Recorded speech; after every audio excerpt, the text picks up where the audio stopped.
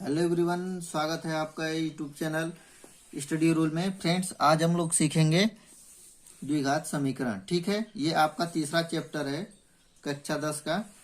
तो इसमें देखिए, सबसे पहले एक चीज जानेंगे कि द्विघात समीकरण होता क्या है। तो देखिए, नाम से ही प्रतीत हो रहा है कि द्विघात मतलब कि दो घात होना चाहिए। जिस समीकरण में दो घात होता है वो आपका द्विघात समीकरण कहलाता है। तो ये एक चीज मान लीजिए कि यहाँ पे दिया हुआ है द्विघात समीकरण का एक व्यापक होता है, व्यापक समीकरण। ठीक है, द्विघात समीकरण का व्यापक समीकरण क्या होता है कि a x square plus b x plus c equal to 0। एक चीज है कि जब तक ये जब तक जीरो बराबर के जीरो नहीं रहेगा, ये आपका द्विघात समीकरण नहीं कहलाएगा। उसके पहले क्या कहलाएगा? द्विघात बहुपद। ठीक है, द्विघात बहुपद कहलाएगा ये चीज। तो इसके देखिए, दो घात होने का मतलब है कि इसके मूल होंगे दो। ठीक है, जो दो मूल होते हैं ये मूल इस समीकरण को क्या करेंगे? संतुष्ट करेंगे, उस समीकरण को संतुष्ट करेंगे उसके दोनों मूल। तो एक चीज आप जानिए कि जो द्विघात समीकरण होता है इसके दो मूल होंगे। अब देखिए, द्विघात समीकरण को हल करने की विधियां कौन कौन सी है। सबसे पहले एक आती है विधि आपकी, सबसे आसान विधि जो कहलाती है गुणनखंड विधि। ठीक है, गुणनखंड विधि आप सभी लोग जानते होंगे, क्लास 9th में भी है, 10th में भी है गुणनखंड विधि। और दूसरा विधि आपका आता है एक श्रीधराचार्य विधि।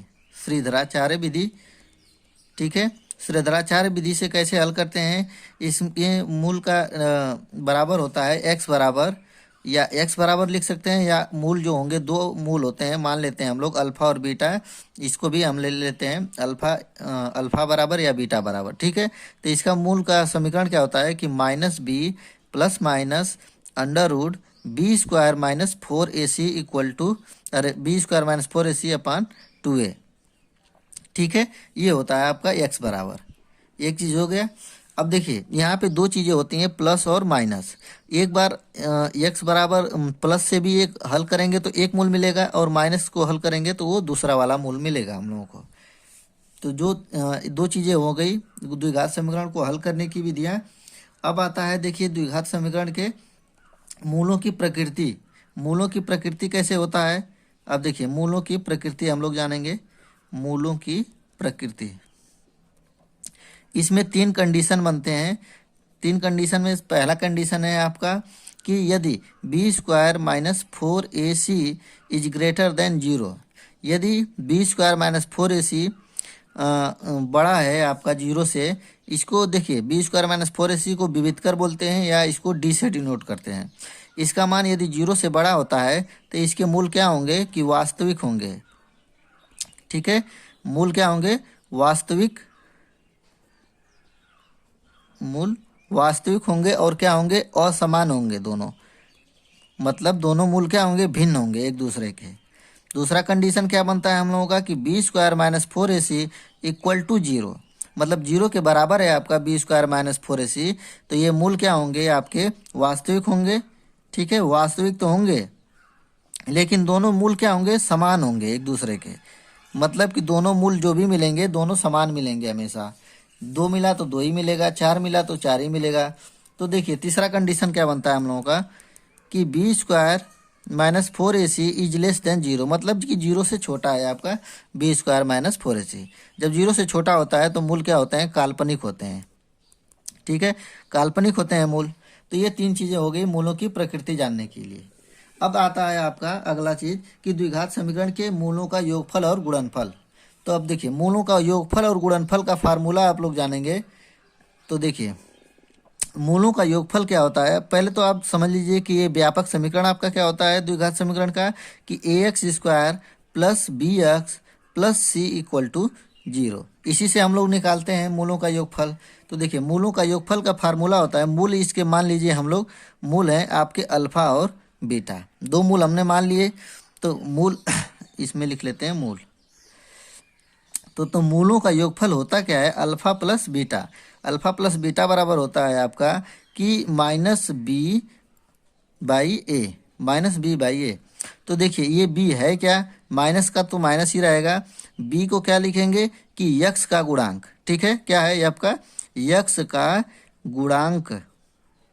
गुणांक बटे में ए क्या है आपका? यक्स स्क्वायर का गुणांक है। क्या है? यक्स स्क्वायर का गुणांक। एक्स स्क्वायर का गुणांक। तो ये चीज़ें हो गई आपकी कि मूलों का योगफल क्या होता है आपका कि माइनस बी बाई ए, ये एक फार्मूला हो गया, आपको याद करना रहेगा, बहुत ही ज़रूरी है आपका। और इसी को हम लिख सकते हैं क्या कि यक्स का गुणांक बटे यक्स स्क्वायर का गुणांक। अब देखिए ये तो मूलों का योगफल हो गया। अब एक होता है मूलों का गुणनफल, तो मतलब कि अल्फा इंटू बीटा। तो अल्फा इंटू बीटा का क्या होता है कि इसका फार्मूला होता है सी बाई ए। अब देखिए कि सी है क्या चीज़ उस समीकरण में, जो समीकरण हमने लिखा था व्यापक समीकरण ये है आपका कि a x square plus b x plus c बराबर 0। तो यहाँ पर सी है क्या, अचर पद है ये, इसे क्या बोल देंगे अचर पद। तो अचर पद हो गया ये, अचर पद बटे के ये क्या है आपका यक्स स्क्वायर का ही गुणांक है, तो यहाँ पे लिख लेंगे क्या यक्स स्क्वायर का गुणांक। ये हो गया आपका ये मूलों का योगफल और मूलों का गुणनफल, दो चीज़ें हो गया। ये फार्मूला आपको याद करना रहेगा, ठीक है। मूलों का योगफल, मूलों का गुणनफल, मूलों की प्रकृति को आपको याद करना पड़ेगा। अब एक चीज़ आता है आपका कि यदि देखिए अगला है आपका कि यदि मान लीजिए दे दिया आपका मूलों का योगफल और मूलों का गुणनफल, आपका दे दिया कोई भी चीज़, यदि मूलों का योगफल ये होता है और मूलों का ये गुणनफल होता है, मूलों का गुणनफल। ये एक चीज़ दे दिया कि आपके मूलों का योगफल दे दिया और मूलों का गुणनफल, और कहे कि आपका द्विघात समीकरण आप निकालिए, तो कैसे निकालेंगे, तो इसका फार्मूला होता है आपका कि यक्स स्क्वायर माइनस, यहाँ पे या ध्यान देना है आपको, माइनस रहेगा आपका ब्रैकेट में रहेगा मूलों का योगफल। मूलों का योगफल होता क्या है अल्फा प्लस बीटा यक्स, देखिए, और ये प्लस होता है आपका मूलों का गुणनफल। मूलों का गुणनफल क्या है हम लोग का अल्फा इंटू बीटा बराबर 0। तो देखिए मान लीजिए हम लोग को दे दिया कि मूलों का योगफल आपका 5 रहे, ठीक है। मान लेते हैं हम लोग अल्फा प्लस बीटा, मूलों का योगफल आपका दे दिया अल्फा प्लस बीटा बराबर 5 और मूलों का गुणनफल दे दिया आपका मान लीजिए 2, ठीक है। और कहे कि आपका द्विघात समीकरण बताइए, तो देखिए द्विघात समीकरण बनाने के लिए क्या होता है कि यक्स स्क्वायर माइनस मूलों का योगफल इंटू यक्स, मूलों का योगफल हम लोगों का 5 दे दिया है, तो लिख लेंगे यहाँ पे 5 और यक्स हो जाएगा आपका, और ये है आपका प्लस, और मूलों का गुणनफल क्या होता है आपका अल्फा इंटू बीटा दे दिया है आपका 2, तो यहाँ पे लिख लेंगे 2 और बराबर 0। यही आपका हो जाएगा क्या द्विघात समीकरण, यहाँ से निकल जाएगा, ठीक है। अब देखिए इस पर कुछ सवाल देखते हैं। द्विघात समीकरण में जो चीज़ें मेन चीज़ें थी यही है आपका, ये चीज़ें आपने देख लिया, आपको अच्छे से याद कर लिए, तो आप इसमें सवाल लगा लेंगे हर कोई, ठीक है। अब देखिए इसमें सवाल देखते हैं कैसे कैसे पूछता है बोर्ड एग्जामों में। देखिए ये जैसे मैंने पहला क्वेश्चन ले लिया है आपका कि समीकरण 2x square minus X minus 1 equal to 0, ठीक है, कि मूल होंगे। मूल हम निकालने के लिए हमने दो विधियां बताई है आपकी, एक तो है पहला आपका गुणनखंड विधि और दूसरा है आपका श्रीधराचार्य विधि। तो हम लोग गुणनखंड विधि से हल करते हैं इसको, ठीक है। तो देखिए गुणनखंड विधि में कैसे करेंगे, गुणनखंड विधि में कैसे हल करेंगे, सबसे पहले क्या करते हैं कि ये आपका यक्स स्क्वायर का गुणांक और अचर पद का गुणांक को क्या करते हैं सबसे पहले आपस में गुणा कर लेते हैं। आपस में गुणा करेंगे तो इसका क्या कितना मान होगा 2 मान होगा, ठीक है, 2 हो जाएगा। अब 2 का ऐसा हम लोग गुणनखंड करते हैं, ठीक है, गुणनखंड ऐसे करेंगे कि यहाँ पे देखिए माइनस दिया हुआ है तो घटाने पर आपका 1 यहाँ पर मिले। यहाँ पे यक्स स्क्वायर का कितना गुणांक है 1 है, ठीक है। तो देखिए 2 का गुणनखंड कर लीजिए, तो 2 का गुणनखंड क्या होगा 2 गुणे 1 ही होगा, ठीक है। और इसको यदि घटाएंगे भी तो घटाने पर क्या एक ही मान प्राप्त होगा, 2 - 1 बराबर 1, ठीक है। तो इसका दो गुणनखंड कर लेंगे 2 और 1 के रूप में। तो देखिए मध्य पद को तोड़ेंगे इसे। अब देखिए पहले समीकरण लिख लेते हैं 2x square minus X minus 1 equal to 0, ठीक है। अब देखिए यहाँ पे लिखेंगे क्या 2x स्क्वायर।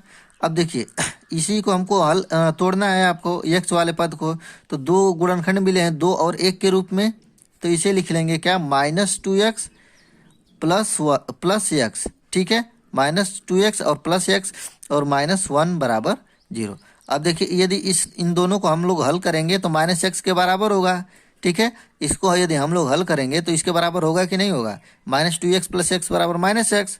अब देखिए इसमें क्या कर लेंगे, इन दोनों में देखिए क्या कॉमन हो जाएगा 2x कॉमन हो जाएगा, तो 2x जैसे ही कॉमन करेंगे तो इसमें क्या बच जाएगा आपका x बचेगा एक तो, और यहाँ पे क्या बचेगा कुछ नहीं बचेगा, 2x पूरा कॉमन हो जाएगा। तो अब यहाँ पे देखिए क्या कॉमन करेंगे, यहाँ पे कुछ नहीं कॉमन होने वाला चीज़ है तो 1 कॉमन कर लेंगे, ठीक है, एक कॉमन करेंगे तो आपका क्या बचेगा, x-1 ही बचेगा बराबर 0। अब देखिए इस इन दोनों में से कॉमन होने वाला क्या चीज़ है, x-1 कॉमन हो जाएगा, तो x-1 कॉमन करेंगे तो दूसरा पद क्या हो जाएगा आपका 2x+1 बराबर 0। अब देखिए दो गुणनखंड मिल गए आपके। अब एक बार x-1 को 0 ले लेंगे और दूसरी बार 2x+1 बराबर को 0 ले लेंगे, तो इसे यहाँ से आपके दो मूल मिल जाएंगे। तो x-1 बराबर 0, तो x बराबर कितना हो गया आपका 1। ठीक है, एक तो ये मूल मिल गया आपका। दूसरा क्या मूल मिलेगा आपका कि 2x+1 बराबर 0 हमने ले लिया है, तो 2x बराबर ये एक को क्या करेंगे, उधर जाएगा तो क्या हो जाएगा, -1 हो जाएगा। ठीक है, और x बराबर क्या हो जाएगा, -1/2। ये आपका दूसरा मूल मिल गया। तो पहला मूल हो गया आपका 1 और दूसरा क्या हो गया, -1/2। यही क्या हो जाएगा हम लोगों का फाइनली आंसर। ठीक है, समझ में आया है आप लोगों को। अब देखिए इस पे और कुछ सवाल ले लेते हैं। देखिए अगला क्वेश्चन हमने लिया है कि यदि द्विघात समीकरण 3x² - 6x + k = 0 के मूल समान है तो k का मान ज्ञात कीजिए। यह देखिए 2019 और 2020 में क्वेश्चन यह पूछा हुआ है यूपी बोर्ड में। ठीक है, तो देखिए सबसे पहले हम लोग समीकरण लिख लेंगे क्या कि 3x² - 6x + k = 0। हम लोग क्या करेंगे कि व्यापक समीकरण हम लोगों का क्या होता है कि ax² + bx + c = 0। इससे तो क्या करेंगे, तुलना कर लेते हैं हम लोग। तुलना करेंगे तो a और b और c का मान निकल जाता है हम लोगों का। तो देखिए तुलना कर लीजिए, तो a बराबर क्या हो जाएगा आपका, x² का गुणांक कितना है, 3 है, तो 3 लिख लेंगे। ठीक है, और b का मान कितना है आपका, -6 है, तो यहाँ पे लिख लेंगे b बराबर -6। ठीक है, -6 और c का मान क्या है आपका, k दिया हुआ है, तो c बराबर लिख लेंगे k। देखिए अब आता है आपका क्या है, मूल समान है। तो मूल समान के लिए हम लोगों का क्या कंडीशन होता है कि b² - 4ac = 0 होता है। ठीक है, अब देखिए इसमें रख लेंगे a b c का मान रख लेंगे। तो b का मान दिया हुआ है कितना, -6, तो -6 यहाँ पे लिख लेंगे। तो -6 का स्क्वायर हो जाएगा आपका -4 इंटू a का मान कितना दिया हुआ है आपका, 3 दिया हुआ है, तो 3 लिख लेंगे। ठीक है, और c का मान कितना दिया हुआ है, k है, तो c का मान लिख लेंगे k एक बराबर 0। ठीक है, अब देखिए -6 का स्क्वायर करेंगे तो कितना हो जाएगा, 6 × 36 हो जाएगा आपका, -3 चौका 12 और ये k हो जाएगा बराबर 0। ठीक है, अब देखिए अब क्या करेंगे कि 12k को उस साइड ले जाएंगे, उधर ले जाएंगे तो क्या हो जाएगा, प्लस हो जाएगा, और 36 दूसरे साइड कर देंगे तो 12k बराबर 36 और k बराबर कितना हो जाएगा आपका, 36 / 12 कितना आ जाएगा आपका, 3 बार में कट जाएगा आपका, 3 हो जाएगा, और k का मान निकल जाएगा हम लोगों का 3। ठीक है, k का मान निकल गया 3, तो ये मिल गया आपका k बराबर 3। ये आपका आंसर हो जाएगा। यदि ये आप लोगों को वीडियो अच्छा लगता है तो प्लीज़ लाइक करें। यदि आप मेरे चैनल पर नए हैं तो प्लीज़ चैनल को सब्सक्राइब करें। मिलेंगे अगले वीडियो में, तब तक के लिए जय हिंद जय भारत।